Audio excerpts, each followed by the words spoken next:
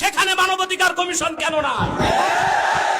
কাশ্মীরে মুসলমানদের হত্যা করা হচ্ছে, সেখানে মানবাধিকার কমিশন কেন নাই? চায়নার উইগুরে মুসলমানদের হত্যা করা হচ্ছে, সেখানে মানবাধিকার কমিশন কেন নাই? আল্লাহ ও তার আখিরি নবী নূর নবীজি মুহাম্মদ সাল্লাল্লাহু আলাইহি ওয়াসাল্লামের আরশচুম্বী সম্মান মর্যাদার বিরুদ্ধে যে কুলাঙ্গার শাতেম কাফেররা বক্তব্য দিবে, তাদের শাস্তির দাবি করলেই মানবাধিকার কমিশন তাদের পক্ষে ঢাল হয়ে দাঁড়াবে। খেলাফত প্রতিষ্ঠার কথা যারা বলবে, জিহাদের কথা যারা বলবে, জঙ্গি তকমা দিয়া তাদের কারাগারে বন্দী করতে চায়, আর সুযোগ দেওয়া হবে না। কোন একজন আলেমকে জঙ্গি তকমা দিয়ে জেলখানায় ঢুকালে জেলখানার ইটগুলোকে একটা একটা ছুটিয়ে দিবে বাংলা।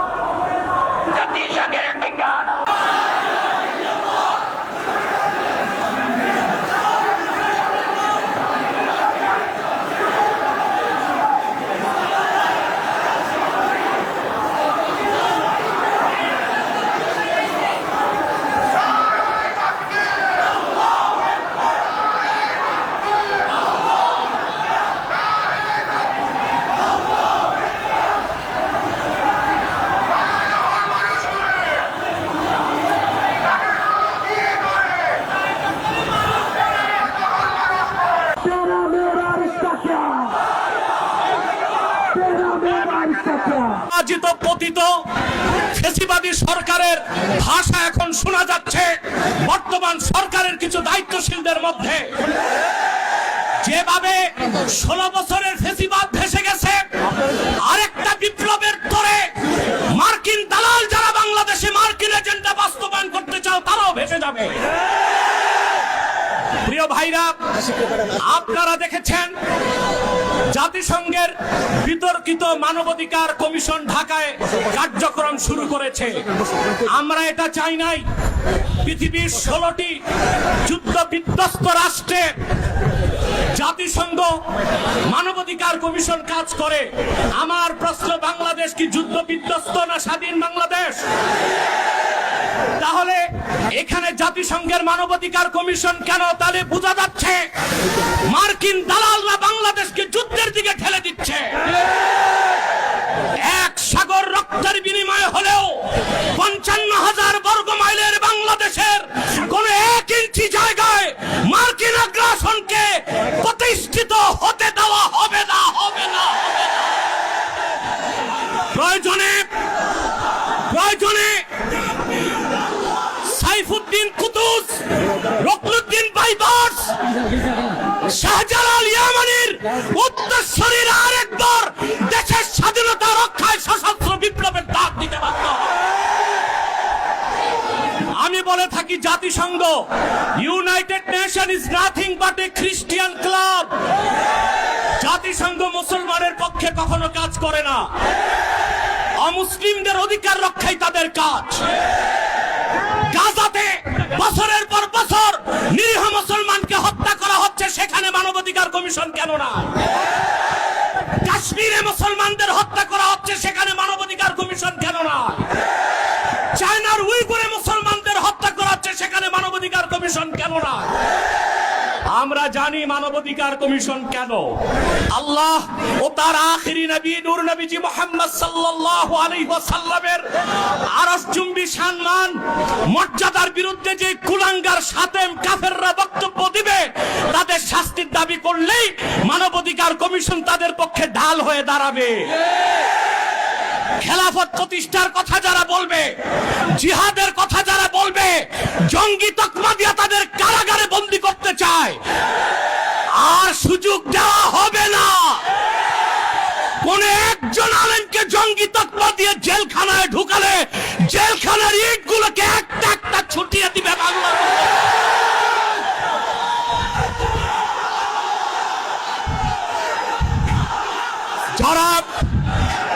যারা শরিয়া রাষ্ট্র চায়, যারা জিহাদে বিশ্বাসী, তাদেরকেই পশ্চিমারা জঙ্গি বলে।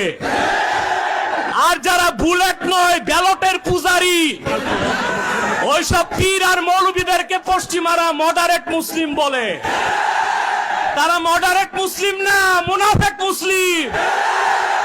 প্রিয় ভাইরা, জঙ্গি শব্দের উৎপত্তি কখন থেকে? টুইন টাওয়ার হামলার পর থেকে পশ্চিমারা প্র্যাকটিসিং মুসলিমদেরকে প্রশ্নবিদ্ধ করতে, জিহাদের বিরোধিতা করতে জঙ্গি শব্দ আমদানি করেছে। আর পশ্চিমাদের পাঁচাটা গোলাম প্রথম আলো কর্তৃপক্ষ এই জঙ্গি নাটকের পক্ষে তাদের বুদ্ধিভিত্তিক সহযোগিতা করেছে। সেজন্য আমি বলবো, মুজিবের 32 নাম্বার যদি ভাঙ্গা যায়, প্রথম আলোর অফিসকে মাটির সাথে ঘুরাই দিতে হবে। এটাই বাংলাদেশের আলেমদেরকে জঙ্গি তকমা দেবার ন্যারেটিভ তৈরি করে। জঙ্গি, আমি বলি জঙ্গি খারাপ না, জাং থেকে জঙ্গি। জাং মানে যুদ্ধ, আর জঙ্গি মানে যোদ্ধা। উত্তরা দিয়াবাড়িতে জঙ্গি বিমান ভূপাতিত হয়েছে, সেটা কি সন্ত্রাসী বিমান? না। যিনি পাইলট ছিলেন তিনিও জঙ্গি, যেহেতু যোদ্ধা। মুক্তিযোদ্ধারাও জঙ্গি, যেহেতু যোদ্ধা। এই শব্দটার অপপ্রয়োগ বাংলাদেশে শুরু হয়েছে শুধু ইসলামী রাষ্ট্র যারা প্রতিষ্ঠা করতে চায়, জিহাদের পক্ষে যারা, তাদের কণ্ঠ রোধ করার জন্য। তা মেনে নেওয়া হবে না, বরদাস্ত করা হবে না। এই মহাসমাবেশ থেকে ডক্টর ইউনূসকে বলছি, কান পেতে শুনে রাখুন, আপনার হালুয়া রুটির ভাগ যারা খায়, আপনাকে তারা বাঁচাতে পারবে না। অনতি বিলম্বে উলামায়ে কেরামকে জঙ্গি তকমা দেওয়া বন্ধ করতে হবে। যে সমস্ত নির্যাতিত তাদেরকে মুক্ত করে দিতে হবে। আর জাতিসংঘের বিতর্কিত কমিশন কার্যক্রম বন্ধ করতে হবে, নতুবা আমরা মার্চ টু যমুনা দিতে বাধ্য হব।